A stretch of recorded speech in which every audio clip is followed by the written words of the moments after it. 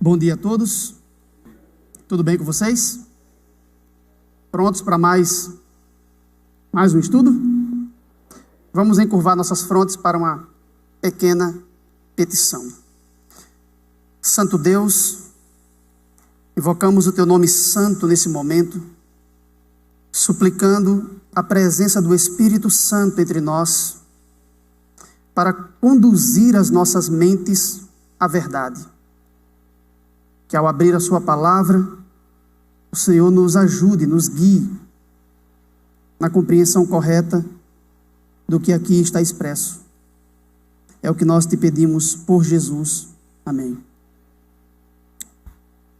Bem, o tema das oficinas que eu irei ministrar aqui é a lei de Deus, o sábado, no contexto da crise final. Então, nesse primeiro momento, eu não tenho muitas pretensões, até mesmo porque o tempo é curto. Então, eu quero voltar aos primeiros princípios no tocante ao tema da lei de Deus. Então, eu convido os irmãos, sem delongas, a irem a Êxodo capítulo 20, o capítulo que trata do decálogo. Vamos fazer a leitura desse texto e selecionar alguns pontos para a nossa reflexão. Êxodo capítulo 20.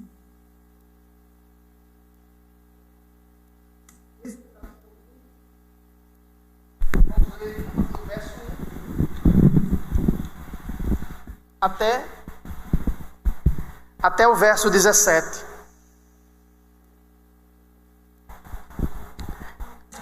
Êxodo 20, do verso 1 até o verso 17.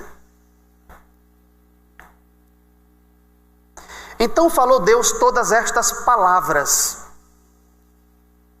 Eu sou o Senhor teu Deus, que te tirei da terra do Egito, da casa da servidão. Não terás outros deuses diante de mim. Não farás para ti imagens de escultura, nem semelhança alguma do que há em cima nos céus, nem embaixo na terra, nem nas águas debaixo da terra. Não as adorarás, nem lhes darás culto.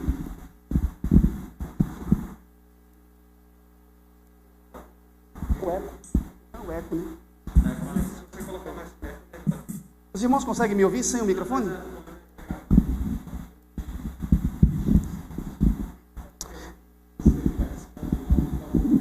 Ok. Não as adorarás, nem lhes darás culto, porque eu sou o Senhor teu Deus, Deus zeloso, que visito a iniquidade dos pais nos filhos. Eu vou ter que abdicar do microfone, irmãos. Eu vou falar alto, vocês vão conseguir me ouvir.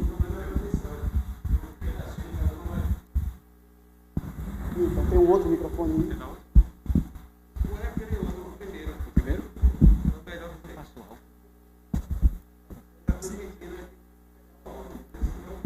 Certo, mas... Verso 5. Não as adorarás, nem lhes darás culto, porque eu sou o Senhor teu Deus, Deus zeloso, que visito a iniquidade dos pais nos filhos até a terceira e a quarta geração daqueles que me aborrecem. E faço misericórdia até 1000 gerações daqueles que me amam e guardam os meus mandamentos. Não tomarás o nome do Senhor teu Deus em vão, porque o Senhor não terá por inocente o que tomar seu nome em vão. Lembra-te do dia de sábado para o santificar. 6 dias trabalharás e farás toda a tua obra. Mas o 7º dia é o sábado do Senhor teu Deus. Não farás nenhum trabalho, nem tu, nem o teu filho, nem a tua filha, nem o teu servo, nem a tua serva, nem o teu animal, nem o forasteiro das tuas portas para dentro. Porque em 6 dias fez o Senhor os céus e a terra, o mar e tudo o que neles há, e ao 7º dia descansou. Por isso o Senhor abençoou o dia de sábado e o santificou. Honra teu pai e tua mãe, para que se prolonguem os teus dias na terra que o Senhor teu Deus te dá. Não matarás, não adulterarás, não furtarás, não dirás falso testemunho contra o teu próximo, não cobiçarás a casa do teu próximo, não cobiçarás a mulher do teu próximo, nem o seu servo, nem a sua serva, nem o seu boi, nem o seu jumento, nem coisa alguma que pertença ao teu próximo. Aqui nós fizemos a leitura do Decálogo. Se parássemos aqui só na leitura do texto bíblico, eu já ficaria satisfeito. A palavra de Deus é tudo para nós. Vamos então aproveitar esse tempo que resta para selecionar alguns pontos aqui para a nossa reflexão, para analisarmos mais de perto. O trabalho erudito, as pesquisas acadêmicas que têm sido realizadas sobre o Decálogo, desde a década de 70 até hoje, está mais centrada na busca de paralelos em documentos antigos para esse texto da legislação mosaica. A maioria dos eruditos, principalmente eruditos críticos, que utilizam metodologia histórico-crítica para a investigação das Escrituras, têm se dedicado a procurar paralelos e semelhanças em tratados de sucerania e vassalagem do Antigo Oriente Próximo. Os irmãos que tiverem interesse em ler sobre as conclusões eruditas acerca das semelhanças entre o Decálogo e esses antigos tratados, essas antigas alianças, podem ler os trabalhos de dois eruditos que são Meredith Kline e George Mendenhall. Eles fizeram pesquisas exaustivas sobre o texto do Decálogo e perceberam profundas semelhanças com os tratados hititas, com os tratados de aliança dos antigos egípcios, dos antigos assírios, dos povos mesopotâmicos de um modo geral. Então, os irmãos que tiverem interesse em analisar o Decálogo do ponto de vista das semelhanças com as alianças feitas na antiguidade, podem recorrer ao trabalho do Meredith Kline e do George Mendenhall, que desde a década de 70, meados da década de 70, tem se dedicado a esse tipo de investigação.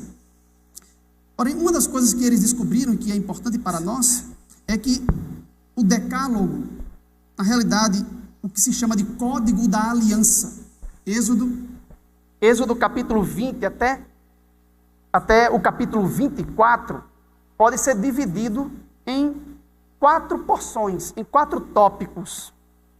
Há um preâmbulo em que o sucerano se identifica, se apresenta pelo nome e relembra um evento histórico em que um benefício foi dado ou feito ao vassalo.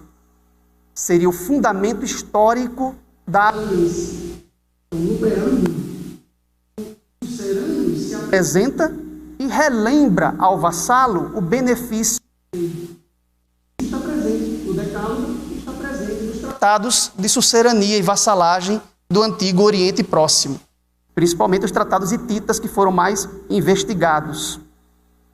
Além de um preâmbulo, vem estipulações ou prescrições legais.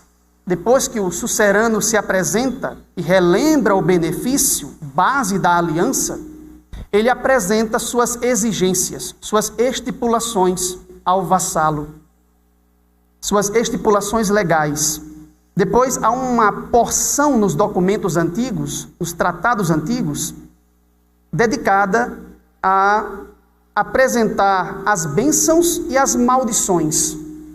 Bênçãos para os obedientes, os que cumprirem as estipulações, e maldições para os desobedientes.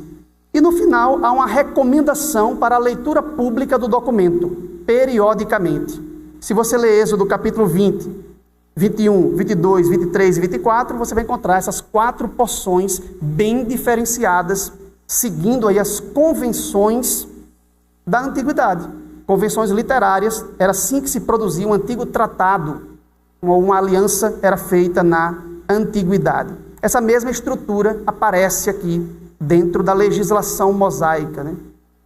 E nessa porção que nós chamamos de Código da Aliança, esses 4 capítulos aqui, começando em Êxodo 20, indo até o capítulo 24. Ok? Afora essas pesquisas literárias feitas por eruditos que procuram semelhança entre o documento bíblico e os documentos antigos, em obediência a convenções literárias da antiguidade, o que mais nós poderíamos escolher aqui para a nossa reflexão? Há muitas coisas que podem ser ditas sobre o decálogo. Primeiro, podemos pensar sobre a palavra, né? Decálogo. Essa palavra aparece na Bíblia? Alguém já viu a palavra decálogo na Bíblia? Não aparece em nossas traduções para o português, mas se os irmãos forem aí rapidamente em Êxodo capítulo 34, versículo 28, vocês vão entender a origem desse termo. Êxodo 34, verso 28. E ali esteve com o Senhor 40 dias e 40 noites, não comeu pão nem bebeu água. O contexto aqui é a entrega das tábuas, a segunda. E escreveu nas tábuas as palavras da aliança, as 10 palavras. Preste bem atenção a essa expressão, as 10 palavras. No hebraico, no texto original hebraico, nós temos o vocábulo devarim.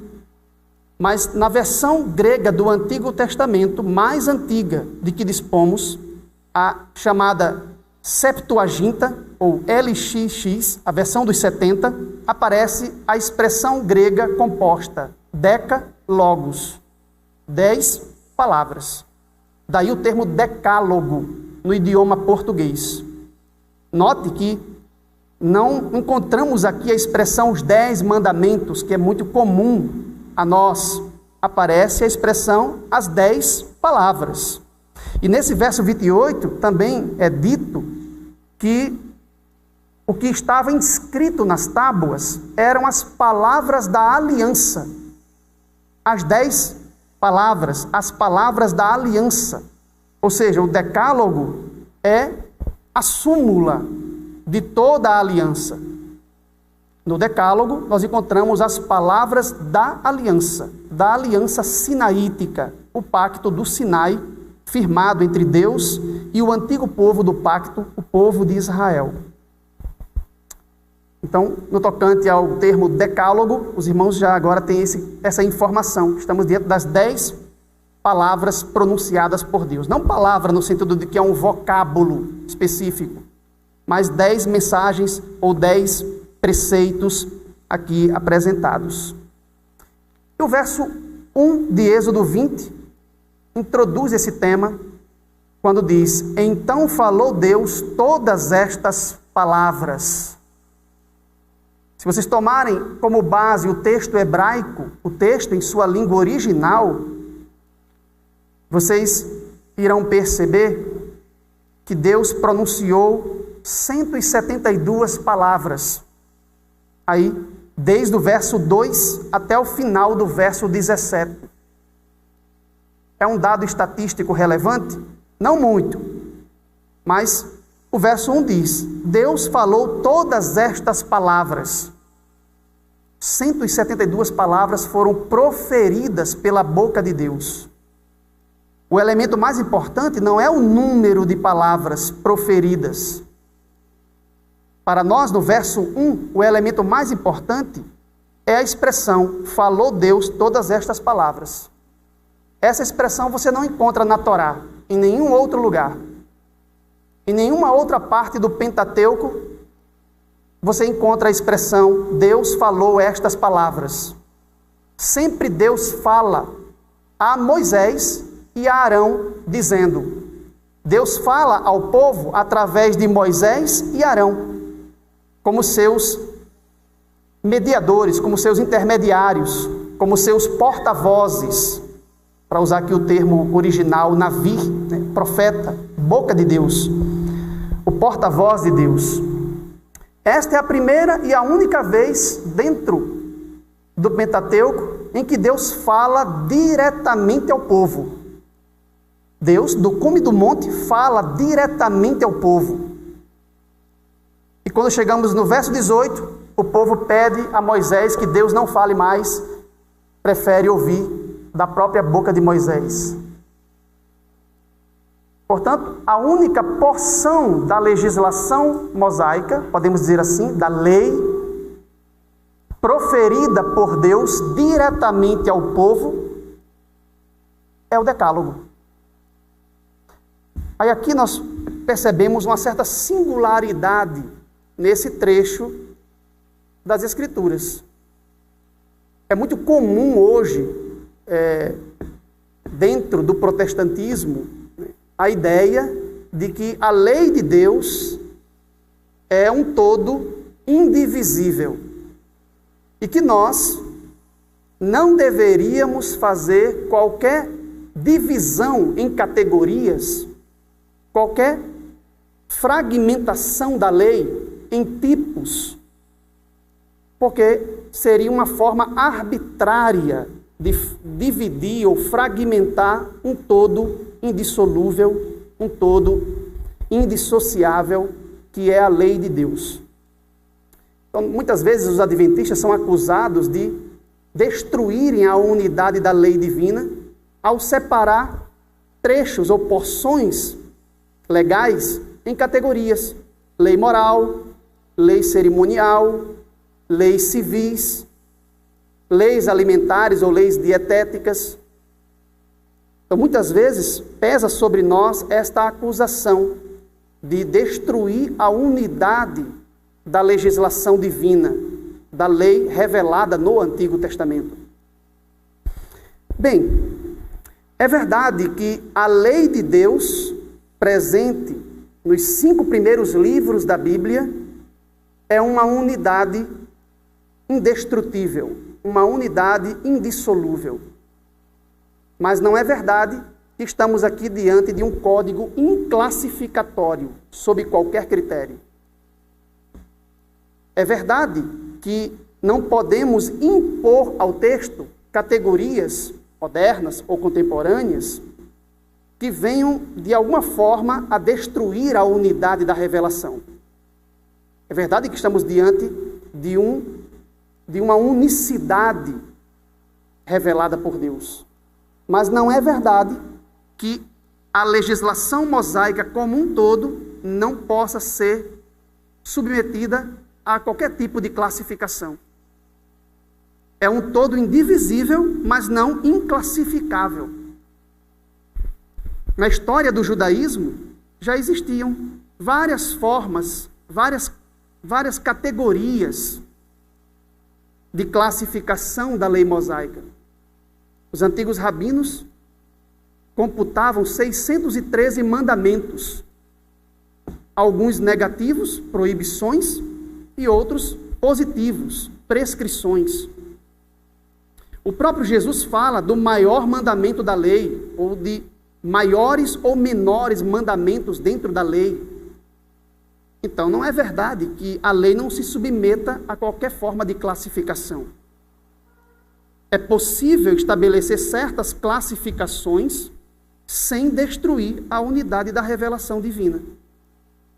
Os primeiros pais da igreja dividiam os preceitos ou as proibições da legislação mosaica em 3 grandes categorias: preceitos morais, preceitos cerimoniais ou culticos e preceitos civis. E essa divisão tríplice foi adotada pelos reformadores protestantes no século XVI e está presente em praticamente todas as confissões de fé do protestantismo clássico do século XVII, como a confissão helvética e a confissão de fé de Westminster, que separa a lei em preceitos morais e cerimoniais. Então não é verdade que os adventistas do 7º dia do século XIX para cá inventaram estas categorias a fim de dividir a lei de Deus, fragmentá-la arbitrariamente. Não é preciso ser um erudito em teologia para perceber, até mesmo numa leitura superficial, que no Pentateuco há preceitos de natureza moral e ética, há preceitos que regem o culto e a liturgia, há preceitos acerca da construção do tabernáculo, há preceitos para a divisão agrária, para a divisão da terra, há preceitos civis, há uma espécie de código penal dentro da legislação mosaica. Então não é preciso ser um erudito em teologia para se aperceber, por meio da própria leitura direta do texto. É verdade que o próprio texto não divide seus preceitos em categorias, porque dentro do contexto teocrático, dentro da teocracia hebraica, as esferas da vida não eram separadas como hoje. Então, dentro de uma mesma cláusula legislativa, você pode encontrar informações referentes à economia, à moral, à ética e ao culto, dentro de uma única cláusula legal. Porque dentro da teocracia hebraica não se faziam distinções das esferas da vida como fazemos hoje. Então você não vai encontrar essas distinções expressamente no texto. Moisés não vai dizer, isso aqui é a lei moral, isso aqui agora é lei cerimonial. Mas o leitor se apercebe das naturezas distintas das prescrições ou das proibições.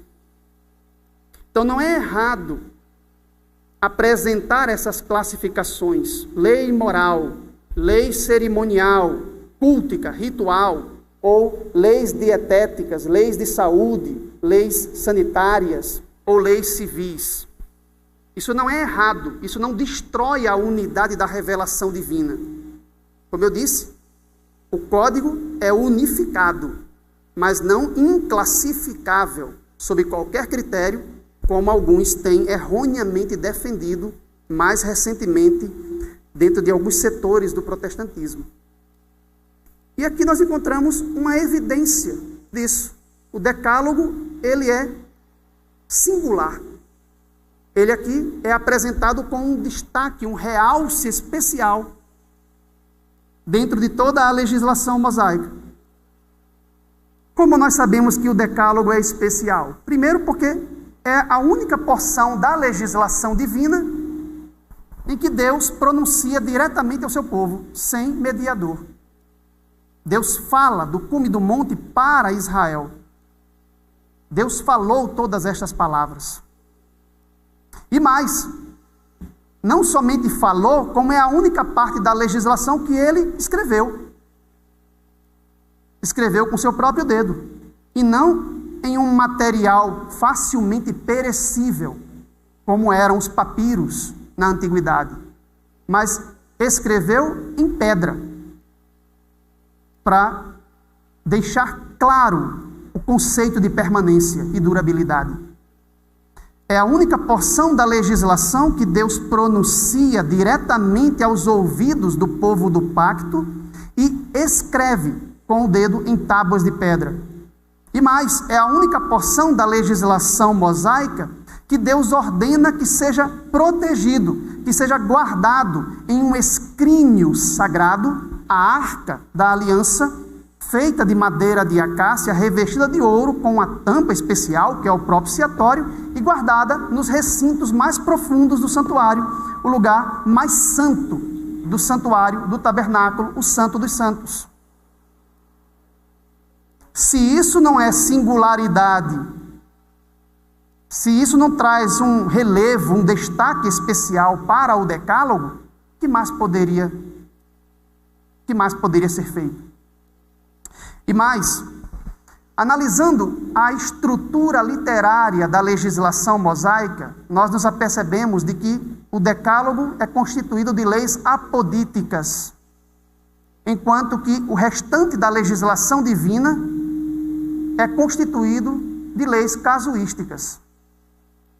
Se você continuar lendo aqui a partir do capítulo 21, quando Deus revela a Moisés, as leis, você percebe que a estrutura legal é casuística, é baseada numa estrutura se então. Se fizerdes tal coisa, então, ou seja, especifica-se a circunstância em que a legislação entra em vigor. No decálogo, não. Nós temos declarações gerais e absolutas. Não matarás. Não diz em qual circunstância se aplica ou não se aplica. Não adulterarás, não furtarás, não dirás falso testemunho, e assim sucessivamente. Só o decálogo é constituído inteiro, é um código à parte, constituído inteiramente de leis apodíticas. Isto quer dizer que todo o restante da legislação mosaica deriva do decálogo e dele depende. Para que serviam as leis cerimoniais? Os preceitos culticos e cerimoniais? Quando alguém transgredia um dos preceitos do decálogo. Aí a lei cerimonial entrava em ação para reparar em símbolo a transgressão. Para que serviam as leis civis e os códigos penais? Para regrar a conduta em sociedade daqueles indivíduos que transgrediram o decálogo. Portanto, todas as leis derivam ou de alguma forma estão relacionadas com o decálogo. O decálogo é a súmula das leis morais de Deus. O decálogo é o código especial de toda a revelação bíblica. Esses pontos precisam ser ressaltados mais vezes por nós. Deus falou todas estas palavras. E aqui eu quero chamar a atenção para o verso 2. Nós, muitas vezes, mais interessados em conhecer os mandamentos, vamos direto ao verso 3, onde o primeiro mandamento é apresentado. Não terás outros deuses diante de mim. E muitas vezes saltamos o verso 2, ou pelo menos lemos superficialmente.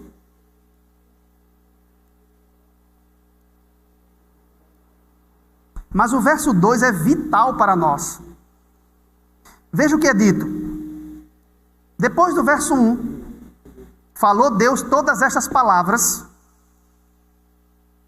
que é uma introdução ao preâmbulo do verso 2. Nós encontramos o próprio Deus falando já no verso 2. As primeiras palavras de Deus aqui não é o verso 3, que consiste no primeiro mandamento do decálogo. As primeiras palavras de Deus são o preâmbulo que se encontra no verso 2, quando ele diz: eu sou o Senhor teu Deus, eu sou Yahvé teu Deus. São as primeiras palavras de Deus no código, e as últimas palavras é teu próximo, lá no verso 17. Começa com teu Deus e termina com teu próximo.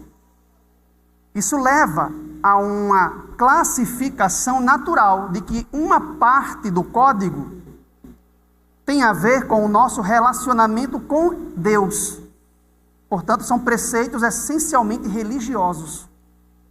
E outra parte do código tem a ver com o nosso relacionamento com o nosso semelhante, com o nosso próximo. São mandamentos essencialmente éticos. Portanto, a lei moral de Deus, cuja súmula é o decálogo, pode ser classificada naturalmente em preceitos essencialmente religiosos e preceitos essencialmente éticos. Começa com teu Deus e termina com teu próximo. O que foi que Deus disse no verso 2? Eu sou o Senhor teu Deus, que te tirei da terra do Egito, da casa da servidão. Deus aqui apresenta o fundamento histórico da aliança. O benefício que ele fez para Israel, antes de apresentar suas exigências morais, antes mesmo de proclamar o primeiro preceito, Deus se apresenta não como um legislador, mas como um redentor. Eu sou o Senhor que te libertou da escravidão. Eu sou o teu redentor. Portanto, o decálogo está inserido na graça. A lei que vem logo em seguida é uma dádiva da graça divina.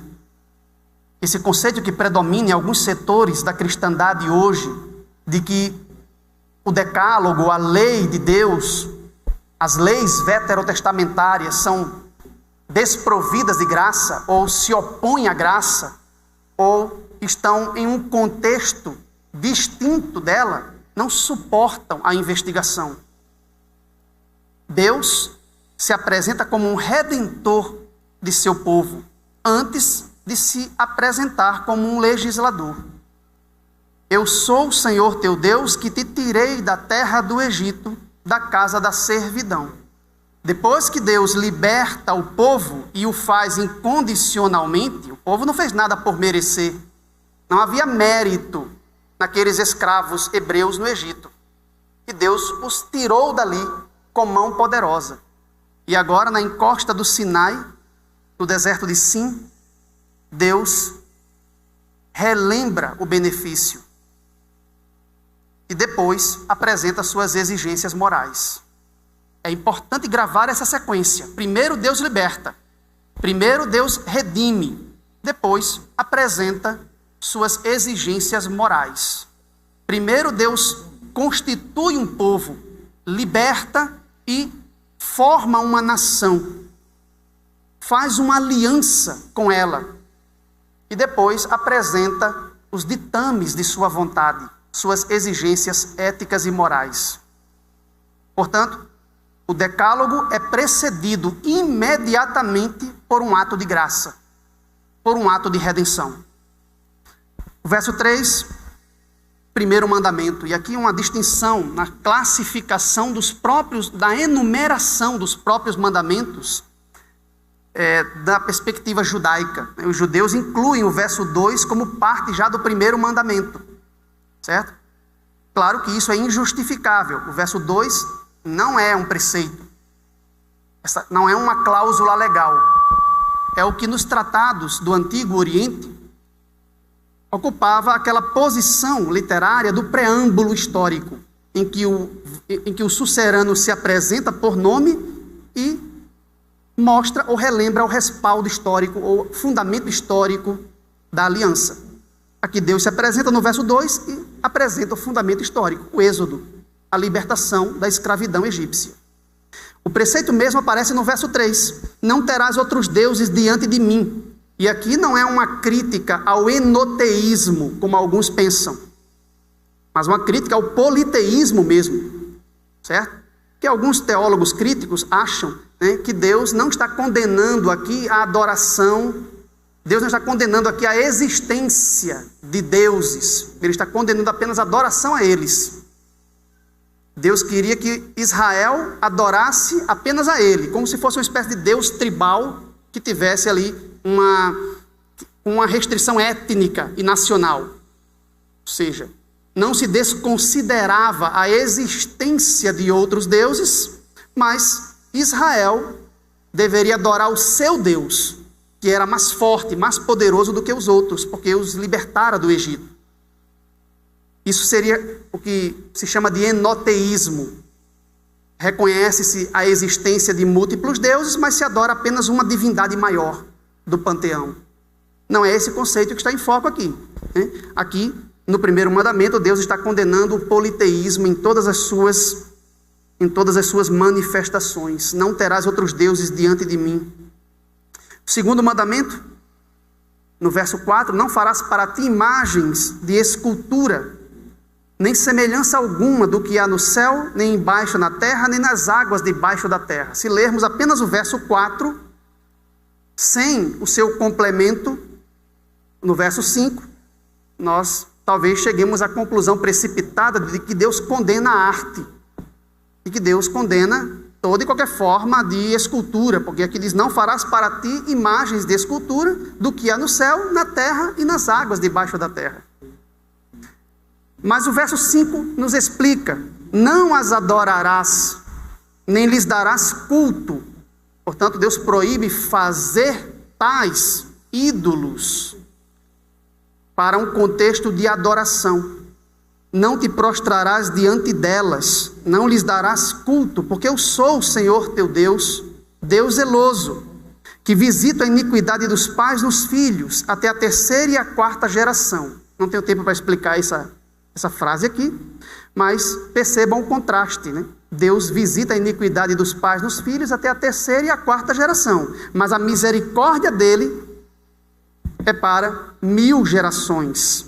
Portanto, todo o contexto do decálogo é um contexto de graça, é um contexto de misericórdia e benevolência.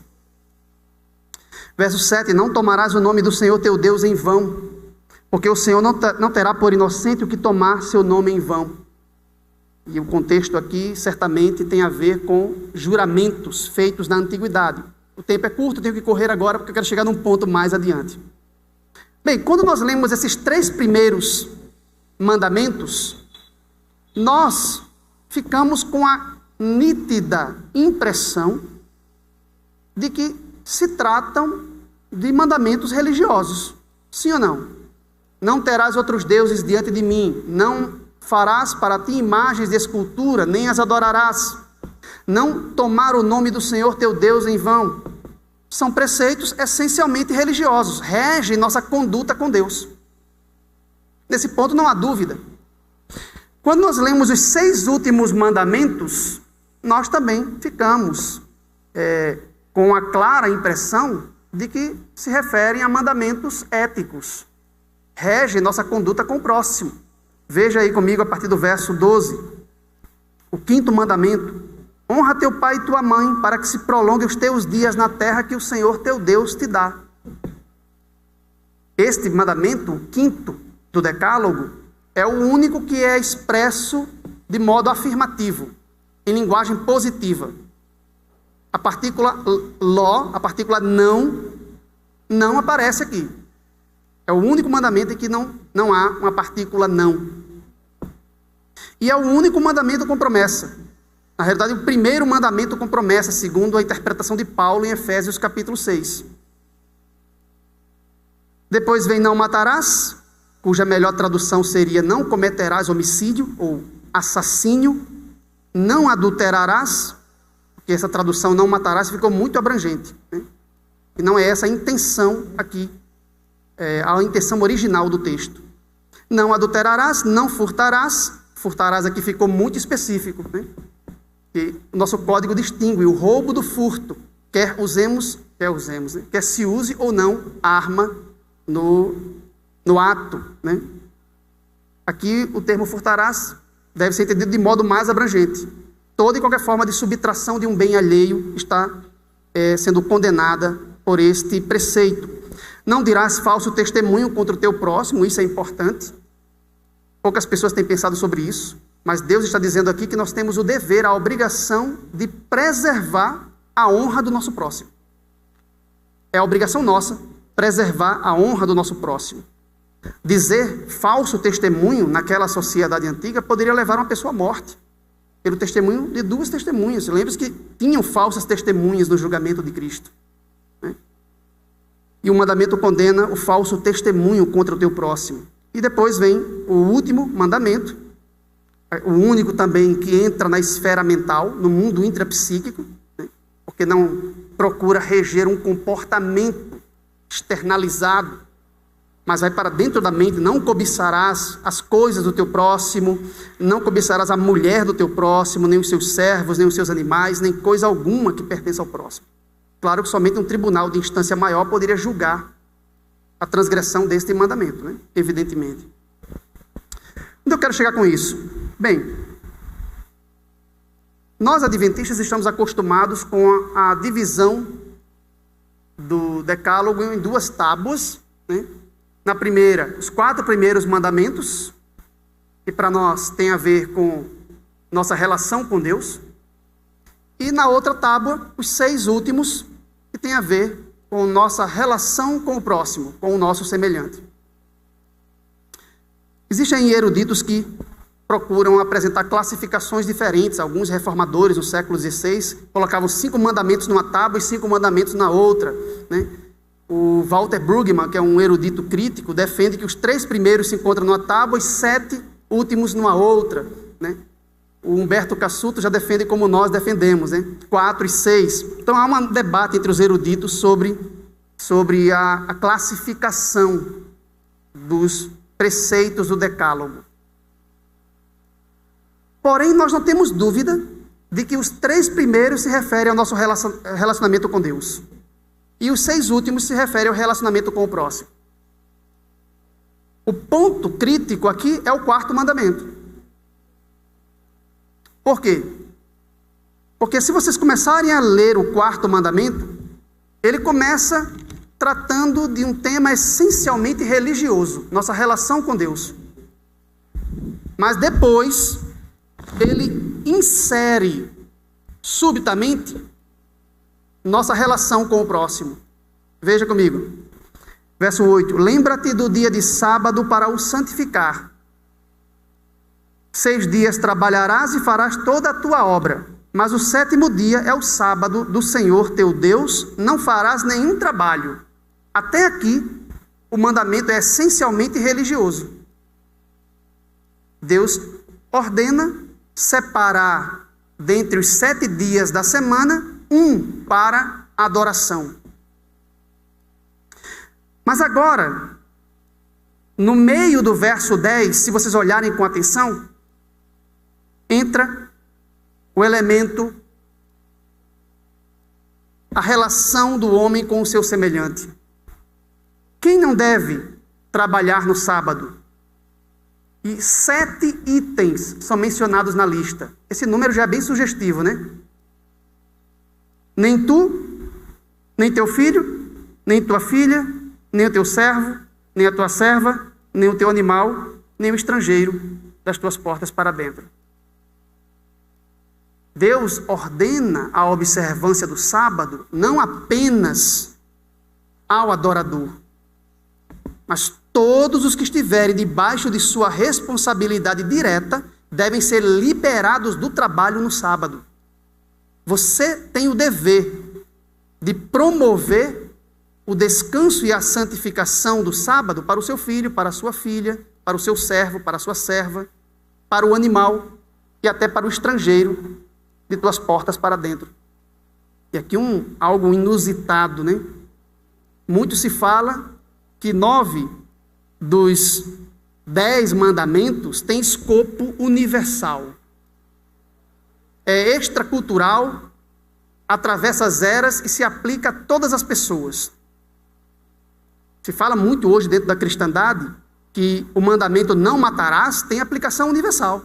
Não se restringe ao povo judeu da antiguidade. Não adulterarás se aplica aos cristãos gentios. Da mesma forma, com a mesma força, o mesmo peso que se aplicava ao antigo Israel.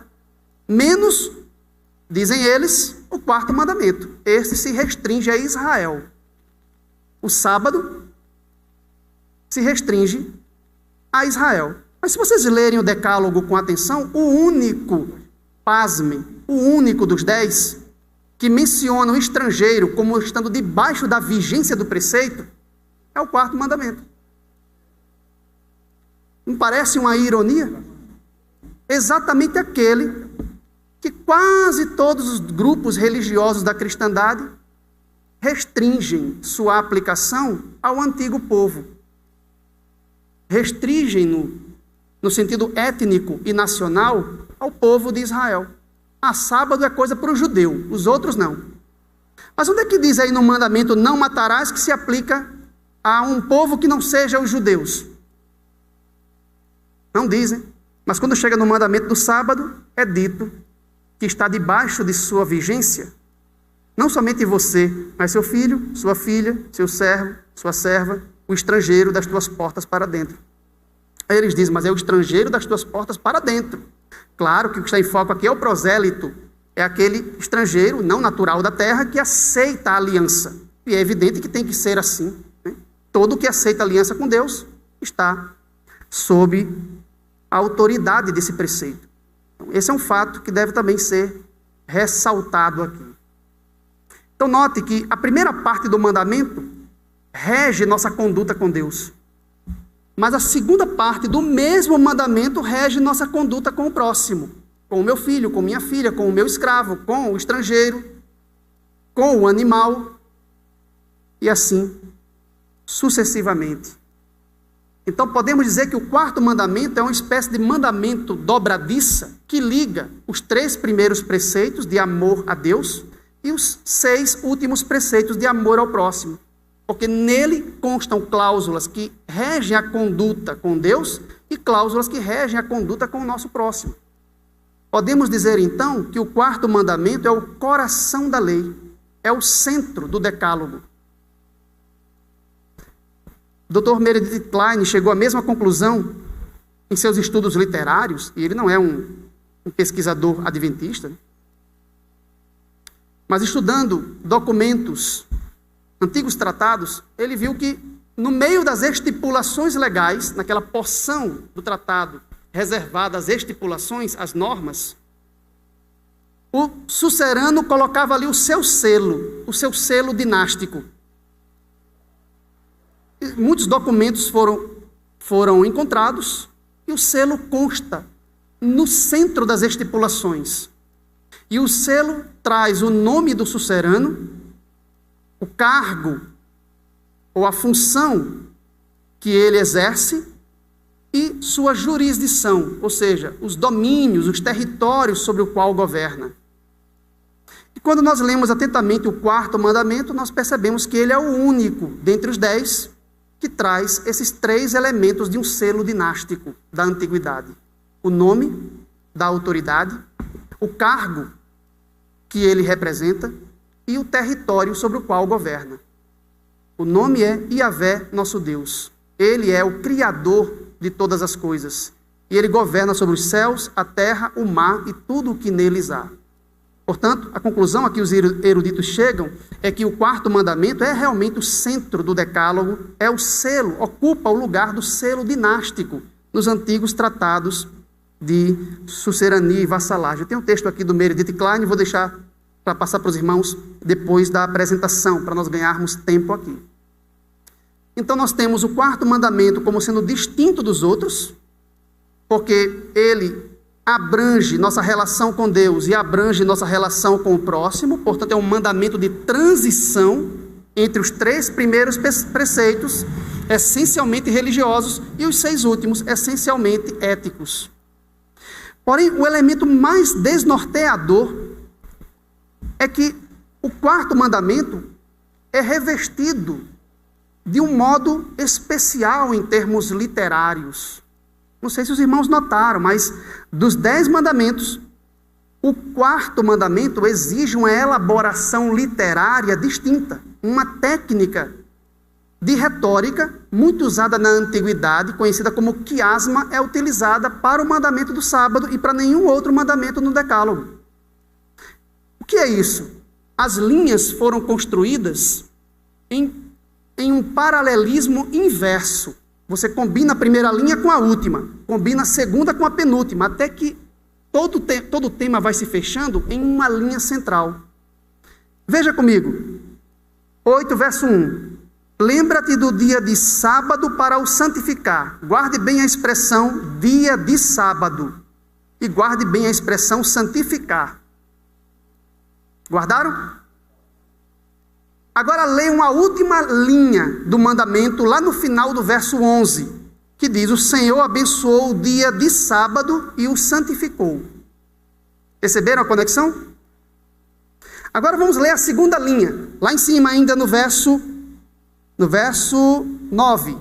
6 dias trabalharás e farás toda a tua obra, mas o 7º dia é o sábado do Senhor teu Deus. Não farás nenhum trabalho. Pausa aqui. Leiam agora a penúltima linha, lá no início do verso 11. Porque em 6 dias fez o Senhor os céus, a terra, o mar e tudo o que neles há, e ao 7º dia descansou. Por isso o Senhor abençoou o dia de sábado e santificou, né? Então veja, o verso 9 diz: 6 dias trabalharás e farás toda a tua obra. O verso 11 diz que Deus em 6 dias fez toda a sua obra, os céus, a terra, o mar e tudo o que neles há, e ao 7º dia descansou. Então o que é o centro quiástico do mandamento? É nem tu, nem teu filho, nem tua filha, os 7 itens da lista.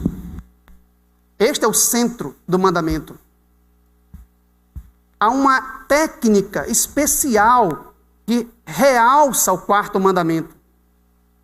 Alguém pode dizer, mas por que isso? Porque o quarto mandamento tem mais autoridade do que os outros? Não, evidentemente não. Todos foram proferidos pelos mesmos lábios, inscritos pelo mesmo dedo, exigidos pela mesma autoridade. Então, por que toda esta elaboração sobre o sábado? Lembra que no começo eu falei que as palavras que Deus pronunciou foram 172 palavras hebraicas? Acrescente agora essa informação, das quais 55 foram destinadas para o mandamento do sábado, quase que 1/3 da lei. Ou seja, Deus usou mais palavras para o quarto mandamento do que para todos os outros ali. Por que isso? Na antiguidade, quando se fazia isto, em que o espaço para escrita era difícil e caro, é porque o autor queria chamar a atenção especial para aquele ponto em que ele gastou mais palavras, usou mais espaço. 55 palavras para o quarto mandamento, num conjunto de 172 para 10 mandamentos. Por que isto?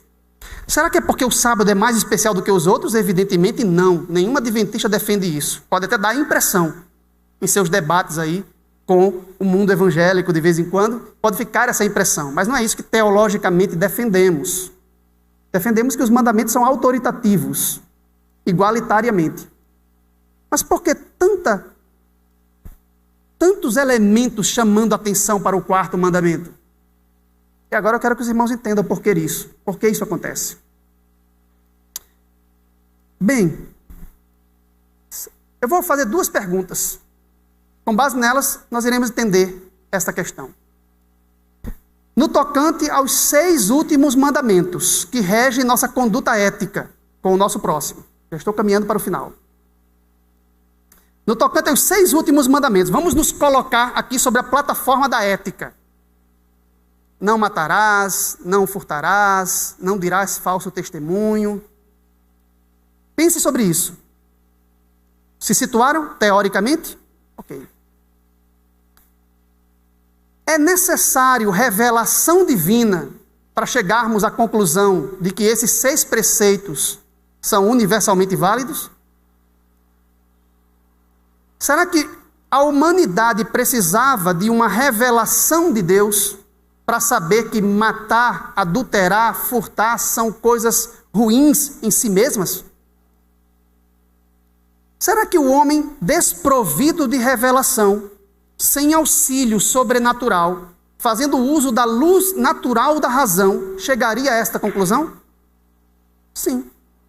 Todas as culturas antigas chegaram à mesma conclusão e hoje jaz a base de todos os códigos jurídicos, códigos morais e éticos das civilizações, sejam elas cristãs ou não.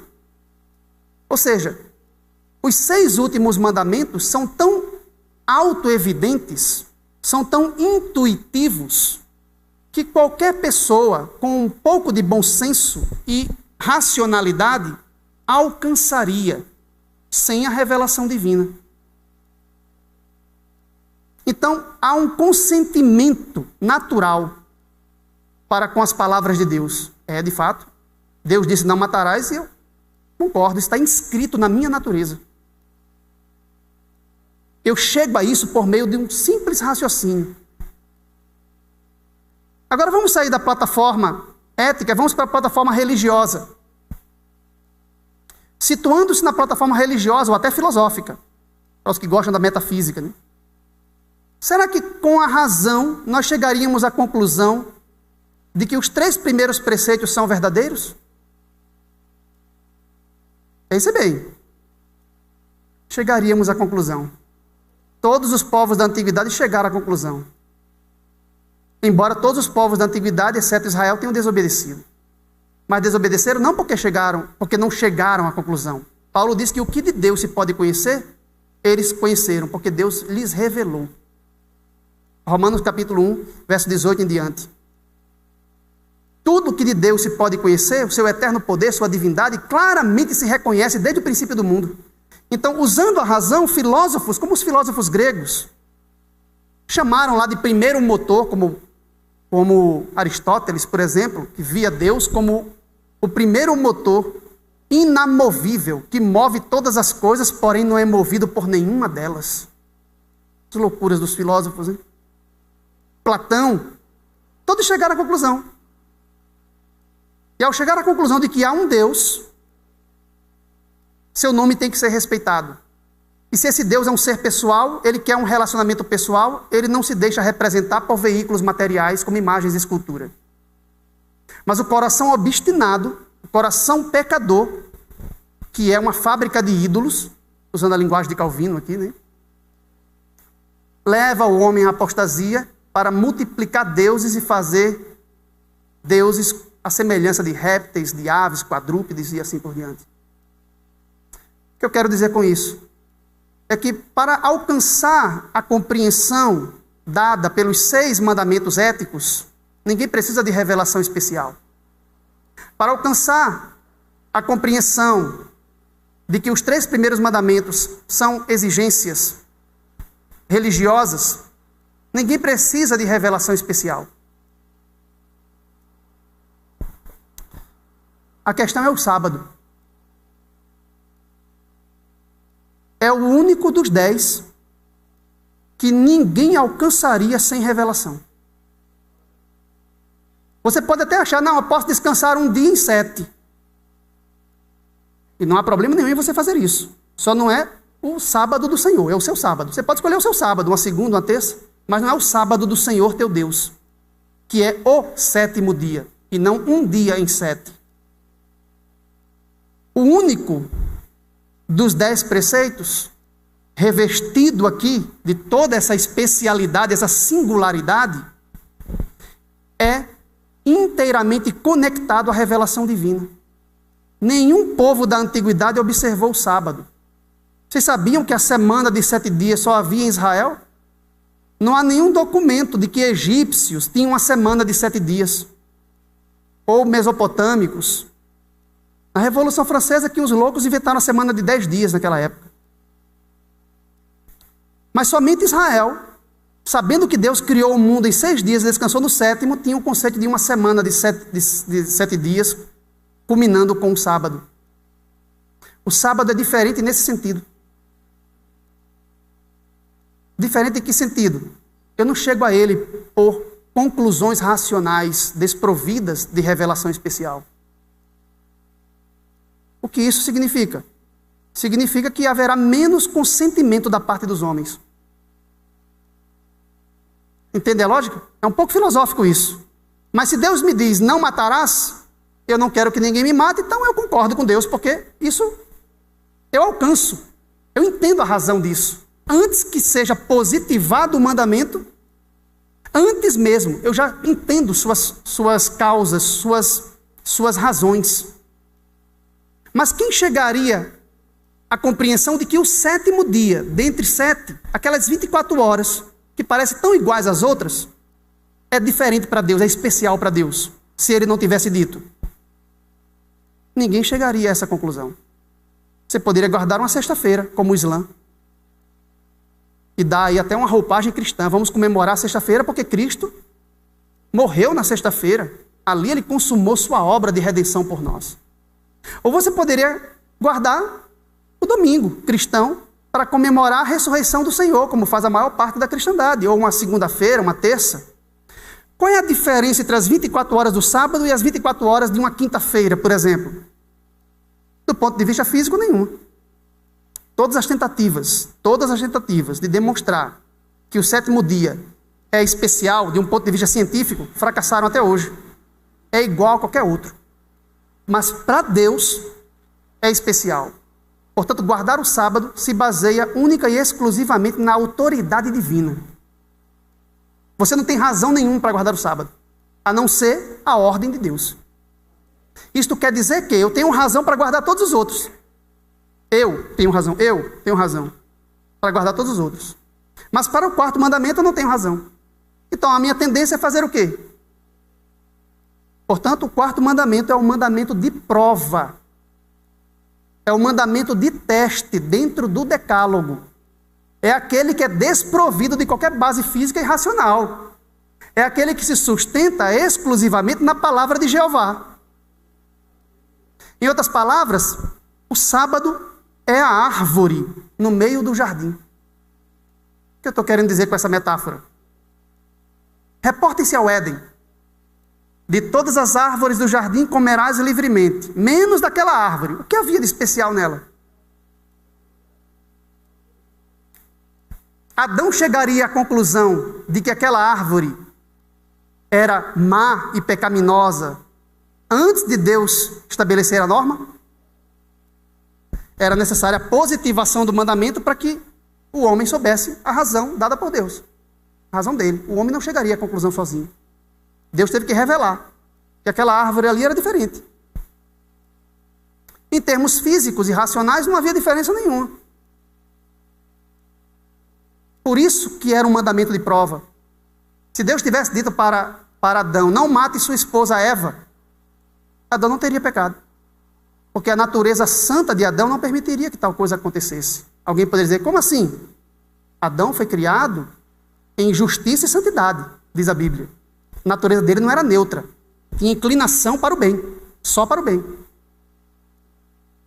Então, se Deus tivesse dado uma ordem que ferisse sua natureza, sua inclinação natural, Adão não teria quebrantado. Mas Deus queria testar a natureza? Não, Deus tinha feito a natureza de Adão e ele sabia que ela era santa e perfeita. Deus queria testar o caráter. E caráter se constrói em meio às provações, em meio aos testes, em meio às lutas. E a história não é assim? Então Deus escolheu um elemento que não tinha base nenhuma na natureza de Adão, não encontrava eco algum na mente, na razão perfeita de Adão, nem em sua natureza, para testar sua lealdade. E é assim que se testa a lealdade. Obedeça só porque eu estou dizendo que é para obedecer. Como que se fosse arbitrário. Como se. Esses mandamentos existem em toda a Bíblia. Por exemplo, por que a 10ª parte tem que ser devolvida como porção sagrada? Por quê?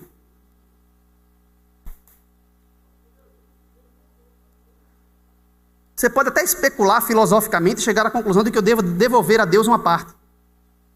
Mas por que a 10ª parte? Se baseia em que isso? Exclusivamente na declaração divina. Só os crentes obedecem isso aí. A maioria das pessoas sequer vê razão para devolver a 10ª parte. E não vê mesmo. Por que eu não devo comer carne de porco? Alguns acham que é por causa da saúde. Mas leia Levítico 11, vê se em algum momento diz ali que é por questão de saúde. Em nenhum momento. Diz é para ser de santos como o vosso Deus é santo. É claro que tem uma base de saúde, mas ninguém nunca descobriu até hoje. A ciência está até hoje tentando demonstrar se faz mal realmente ou não. E a maioria dos cientistas hoje diz que não faz mal. Por que então eu obedeço? Existem aqueles mandamentos que nós sabemos suas razões antes de serem positivados ou codificados, outorgados, estabelecidos, e aqueles que nós jamais saberíamos.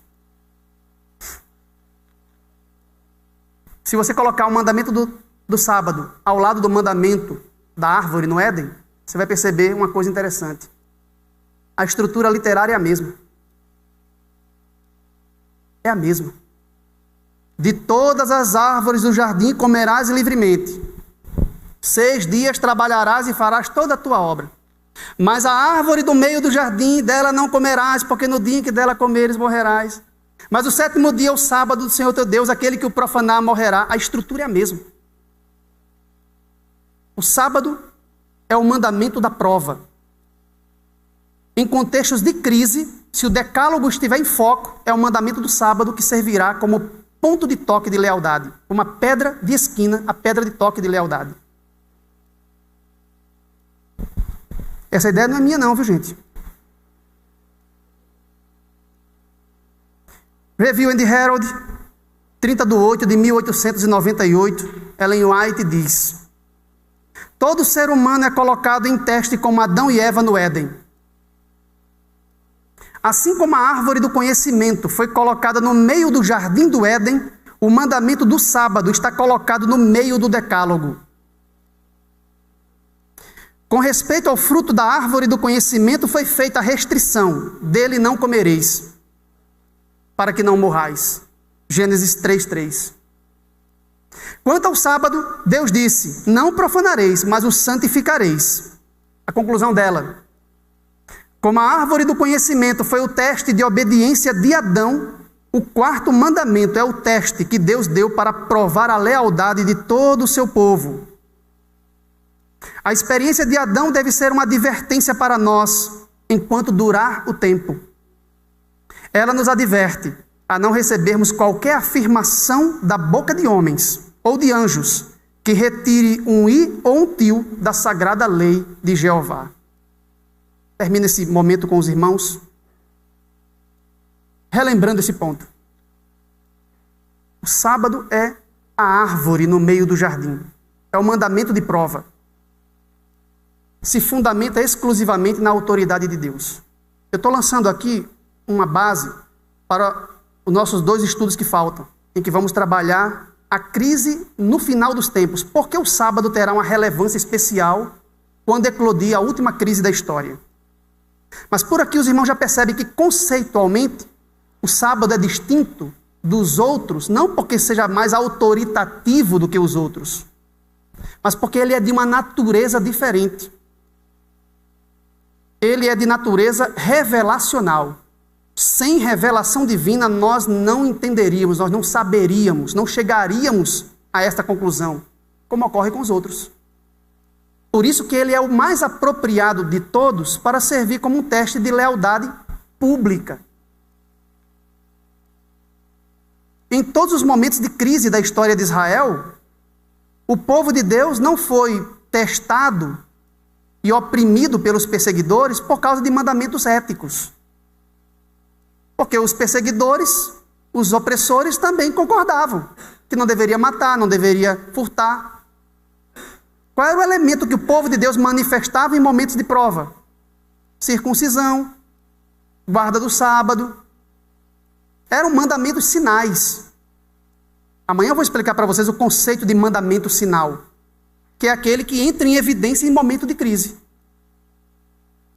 e que serve como um testemunho público de que somos fiéis a Deus. Como o próprio Deus diz: servirá de sinal entre mim e vós, para que saibam que eu sou o Senhor que vos santifica. Não é o sábado que nos santifica. Eu sou o Senhor que vos santifica. Através do sinal, o sinal do sábado ali, se manifesta essa santificação que Deus realiza em nós. Vamos nos manter fiéis aos mandamentos de Deus e vamos erradicar nossa convicção de que o quarto mandamento é o preceito do decálogo mais apropriado para um teste de lealdade. É por meio dele que anunciamos ao mundo que guardamos os mandamentos de Deus, que procuramos viver em harmonia com a sua lei, conforme o poder da graça em nós. Amém.